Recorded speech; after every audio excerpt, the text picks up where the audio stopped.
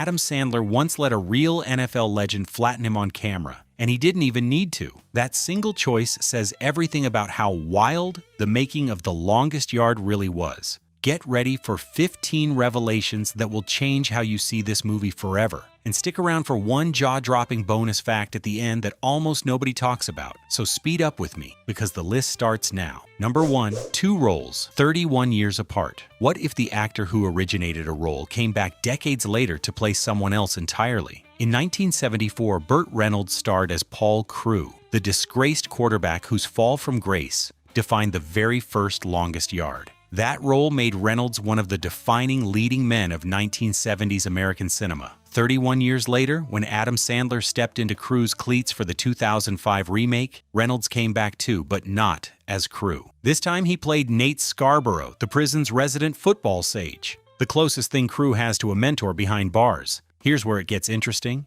In 1974, Reynolds wore jersey number 22 as Crewe. In 2005, as Scarborough, he wore number 22 again. Nobody pointed it out on screen. No text card, no wink to the camera. It was simply sitting there, a quiet piece of continuity for anyone paying close enough attention. Reynolds also picked up a Razzie nomination that year for Worst Supporting Actor, one nomination that somehow covered both this film and Dukes of Hazzard at once, as if the committee decided a single nod was efficient enough for 2 disappointments. A passing of the torch role turned into a secret handshake between 2 decades of the same story. It's also worth remembering just how big a deal the original Longest Yard was for Reynolds in the first place. It arrived at the peak of his box office dominance and helped cement the tough, self-aware persona he'd ride for the rest of the decade. Coming back in a supporting role 31 years later, in a remake headlined by someone else, took a certain amount of comfort with legacy that not every aging star has. Number 2. Filmed inside a prison, where one of America's deadliest riots happened. The production needed a real, closed prison it could convert into a football stadium, and what it found came with a brutal history attached. The set, called Allenville in the script and supposedly located in Texas, was actually the old main wing of the New Mexico State Penitentiary outside Santa Fe. Old Main had been shut down years earlier after decades of conditions investigators described as overcrowded, mismanaged, and outright brutal. On February 2, 1980, a riot broke out there that lasted 36 hours. 33 inmates were killed, and over 200 people were injured before it ended, making it one of the deadliest prison riots in American history. One former inmate later described the facility as 30 years behind the times. After the state started renting the closed building out for film shoots, Paramount reportedly spent close to $4 million converting the ruins into a working set, complete with a new facade, guard towers, bleachers, and 2 full football fields. A fictional Texas prison comedy built directly on top of a real facility where dozens of people had died violently less than 25 years before the cameras ever rolled. If you are enjoying this, take 2 seconds and leave a like. Subscribe if you want more videos like this. That support really motivates my work and helps a lot with bringing more content. Number 3. A Super Bowl winning head coach designed the plays. The football in this comedy wasn't just there for laughs. The plays run on screen were designed by John Gruden, at the time head coach of the Tampa Bay Buccaneers, and fresh off a Super Bowl 37 championship, working alongside Pat O'Hara, quarterback and offensive coordinator of the Arena Football League's Tampa Bay Storm. And here's the thing, the cast running those plays could actually execute them. The inmate team was stocked largely with former NFL and Arena League players who went through a 2-week training camp before filming, not to learn the game, but to learn how to play it convincingly for the camera at specific angles and specific speeds. Terry Crews, a 6-season NFL linebacker who'd played across 4 teams, said the camp was demanding but nowhere near actual NFL training camp. They didn't take it easy on us, he said. But NFL camp is second to none in pain. A championship coach's playbook, executed by men who'd actually played professionally, filmed inside a building that used to be an active maximum security prison. It's the kind of authenticity a studio comedy almost never bothers chasing. Number 4. Burt Reynolds refused his stunt double and took the hit himself. One scene called for Coach Scarborough to get run over by former NFL linebacker Brian Bosworth during a touchdown play. A stunt double was ready, trained, and fully capable of absorbing the contact. Reynolds sent him home. His reasoning was blunt. "I've got one run left in me." Reynolds was 68 years old at the time and had been dealing with health issues for years. Nobody expected him to take that hit. The double existed specifically so he wouldn't have to. He did it anyway. Bosworth, the linebacker turned actor who delivered the hit, later summed it up with simple logic. Who else can say they got run over by Burt Reynolds? Nobody could answer that. It's a strange kind of vanity project in reverse. An aging star risking real injury not to look tougher, but because he'd already decided this was worth doing on his own terms. One more time, one last run. Number 5. Chris Rock opened in 2 movies on the exact same day. May 27, 2005 was a very good Friday to be Chris Rock. The Longest Yard opened that day with Rock playing caretaker, the wisecracking inmate who becomes Paul Crewe's closest ally inside the walls. On that same afternoon, at the same ticket counters, DreamWorks released Madagascar, with Rock voicing Marty the Zebra. One film was a live-action prison comedy about football and corrupt guards. The other was a bright, animated family film about zoo animals stranded on a tropical island. Audiences could walk into one theater and watch Chris Rock scheme to help a disgraced quarterback humiliate the guards, then walk into the theater next door and watch Chris Rock as a cartoon zebra, learning what it means to be wild. Both performances, the same afternoon, both films in wide release at once. The only thing connecting the two was the voice behind them. It's the kind of scheduling coincidence a studio never plans for and could never repeat. Number 6. The character's downfall was built on a scandal the film never fully explains. Paul Crewe's entire arc only works because of what happens before the story even starts, and it's worth unpacking. He's a former NFL quarterback accused of point shaving, deliberately affecting a game's outcome to cash in on bets, though the film is careful never to confirm the accusation outright. It's presented as a shadow over his career rather than a proven fact, which is itself a deliberate storytelling choice. He's placed on probation instead of facing harsher consequences. Then, during a drunken night out, he takes his girlfriend Lena's car on a joyride through San Diego, triggers a high-speed police chase, and crashes. That single reckless choice revokes his probation and lands him a 3-year prison sentence. Instead of serving that time in California, he's transferred to a Texas facility, engineered by Warden Rudolph Hazen, an avid football fan, hoping to use Crewe to boost his prison's team. Every football scene that follows only exists because of that one bad night. It's a classic sports movie setup dressed as a prison comedy, a flawed hero, a scandal nobody quite confirms, and a consequence that reroutes his entire life. Compare that to the original 1974 version, where Crewe's fall was framed with a slightly harder edge, and the contrast says something about how studio comedies had softened their anti-heroes by the mid-2000s. The remake needed Crewe likable enough for a mainstream comedy audience, so the point-shaving accusation stays a rumor, never a confession, while the joyride and crash become the concrete, undeniable mistake the plot can actually punish him for. Number 7. 3 states fought to host this prison comedy, and one governor celebrated in public. Finding a real, closed prison willing to double as a comedy film set wasn't simple. The production needed something closed, accessible, and available for an extended shoot. Iowa wanted it, Illinois wanted it, New Mexico wanted it most, and one with a financially decisive pitch: a 15% state tax rebate and 0 location fees, an offer the other 2 states simply couldn't match. Governor Bill Richardson was pleased enough with the outcome that he held an actual press conference to announce it, a sitting state governor publicly celebrating the arrival of an Adam Sandler prison football comedy. The economic logic held up. Paramount's roughly $4 million set conversion, plus cast and crew spending during the shoot, was a real injection into the local economy. The film's own production notes describe the setting as Texas. Texas had nothing to do with any of it. It's a small but telling reminder that behind every location choice in a big studio comedy sits a spreadsheet, a negotiation, and sometimes a governor happy to pose for the cameras. Number 8. Rob Schneider snuck in the exact same line from a different Sandler movie. Rob Schneider shows up in The Longest Yard and reprises his character from The Waterboy, delivering the same catchphrase.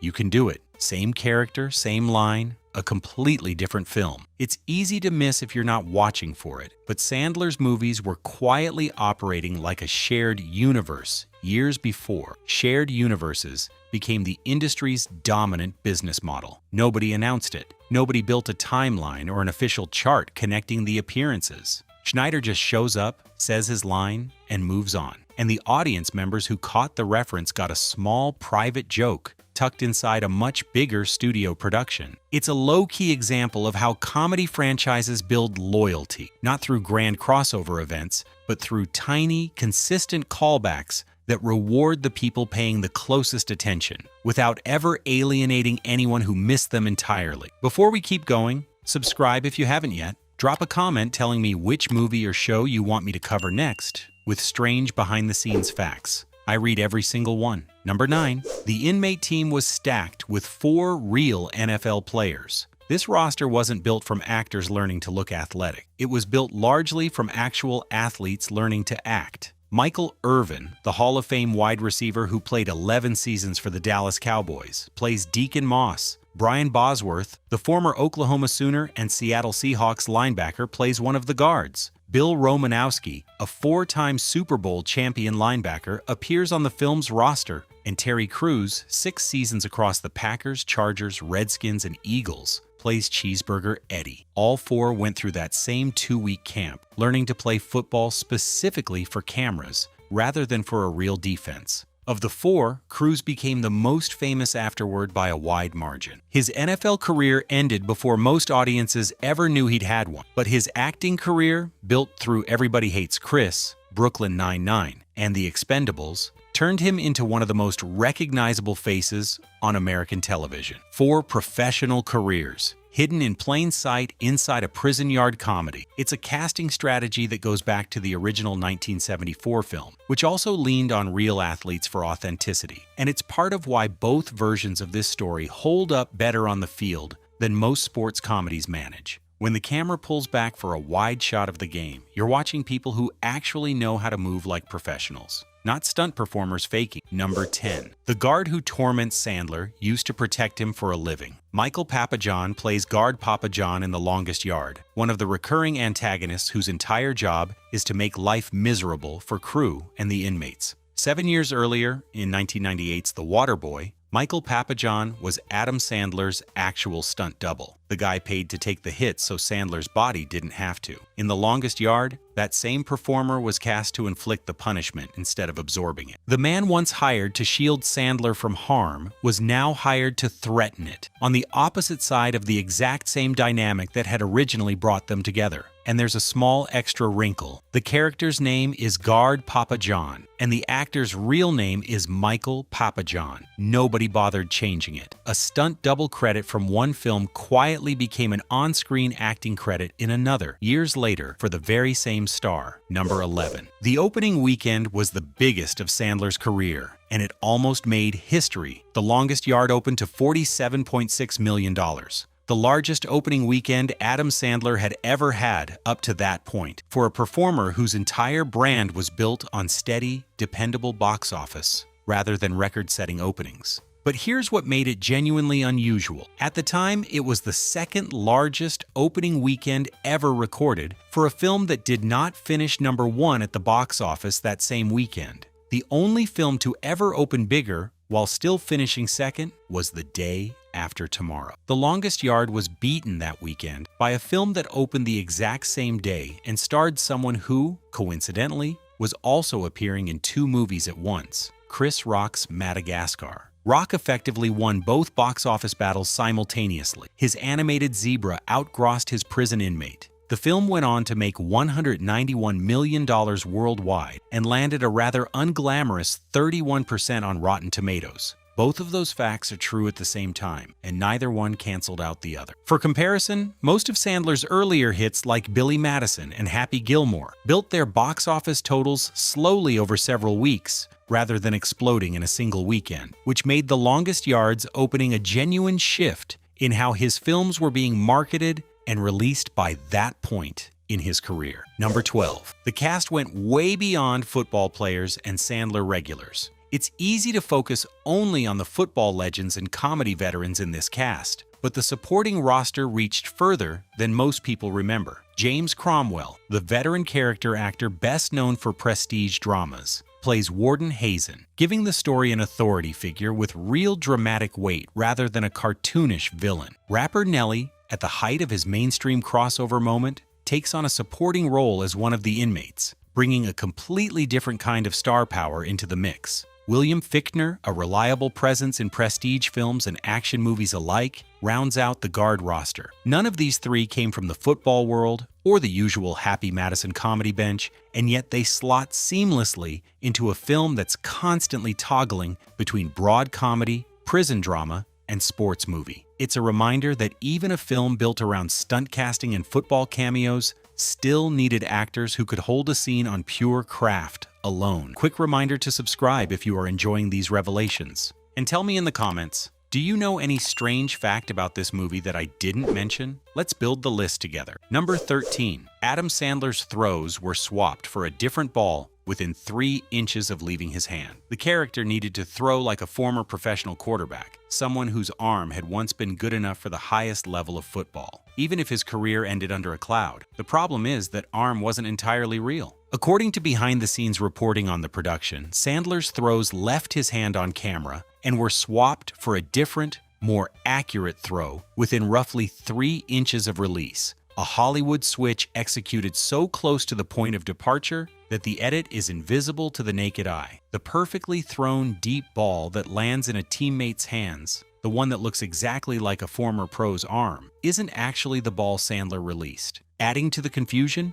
director Peter Siegel described Sandler in the film's own production notes as a Pop Warner-level quarterback, while Burt Reynolds told a magazine at the time that Sandler had never played high school football at all. 2 people on the same production, giving contradictory answers about the same actor's athletic background. Neither answer ended up mattering because the camera had already solved the problem inches from his fingertips. It's a small special effects trick that says a lot about modern sports movies in general. Even comedies with no interest in realism still feel obligated to fake athletic competence convincingly, because a visibly bad throw would break the illusion faster than any joke in the script could rebuild it. Number 14. Nobody can quite agree on what this movie actually cost to make. Most retrospective coverage of The Longest Yard cites a production budget of around $82 million.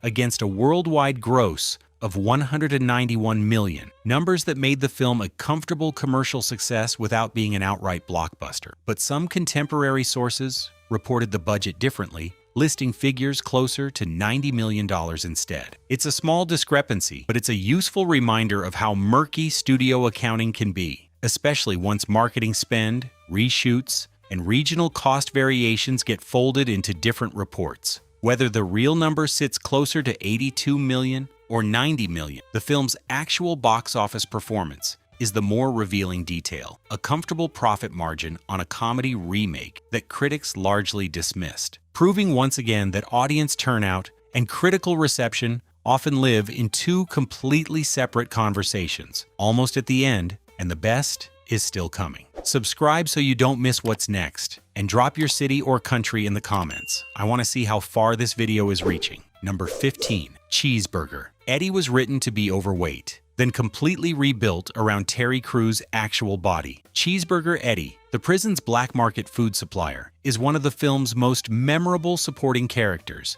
the man who can get you a McDonald's order if you have the right connections. As originally written, the joke was purely physical. Cheeseburger Eddie was supposed to be fat, a man who sells cheeseburgers and clearly samples his own inventory. Then, Terry Crews got cast. Crews is a former NFL linebacker who played 6 seasons across 4 teams and arrived on set in the kind of physical condition that comes from years of being paid to stay that way, listed at 6'2" and 245 pounds of pure muscle. The role got rewritten entirely around him. In the finished film, Cheeseburger Eddie is visibly one of the most physically imposing men in the entire prison, and the character's comedic engine shifts from his weight to the gap between what he sells and what he actually looks like. One of the film's more committed visual gags exists purely because the actor they cast was the exact opposite of what the script originally described. It's a small case study in how comedy casting sometimes works backwards from the writing. instead of finding an actor who matches the joke on the page. The production found the right performer first, then rebuilt the joke entirely around what he actually looked like walking onto set. Bonus: this prison comedy was once the highest-grossing MTV Films production ever made until a witch-hunting fairy tale took the crown. The Longest Yard was produced under the MTV Films banner, a label built almost entirely around youth-oriented comedies, not major studio sports remakes with big budgets, and Adam Sandler's biggest opening weekend to date. At $191 million worldwide, it became the highest-grossing film MTV Films had ever put its name on, a record that stood for years. Then, in 2013, Hansel and Gretel: Witch Hunters, the action comedy starring Jeremy Renner and Gemma Arterton as the fairy tale siblings turned adult bounty hunters, grossed $226 million worldwide and quietly took the record away. A film about a candy house and a witch outgrossed a prison football remake to become the most commercially successful thing MTV Films ever produced. The math of Hollywood doesn't care how any of that looks on paper. The Longest Yard never pretended to be anything more than what it was: a disgraced quarterback, a team nobody believed in, a football field built on top of something far darker, and somehow buried in all of it, a game that actually meant something to the people playing it. That combination was enough to put $191 million in theaters and hand Burt Reynolds a comeback nobody saw coming. And maybe that's the real lesson buried in an MTV Films box office record, eventually broken by a movie about gingerbread and a broomstick. Audiences don't reward genre prestige. They reward a story that actually delivers on what it promises, whether that's a witch hunt or a football game inside a converted maximum security prison. And those were 15 strange facts about The Longest Yard, plus one bonus nobody usually talks about. This film matters more than its Rotten Tomatoes score suggests, because behind the jokes sits a real prison, a real riot, real professional athletes, and a genuine box office phenomenon that outran almost everyone's expectations, including its own studios. If you made it this far, leave a like, subscribe, and comment which fact surprised you the most. And don't forget to suggest another movie that deserves a list of strange facts. See you in the next video.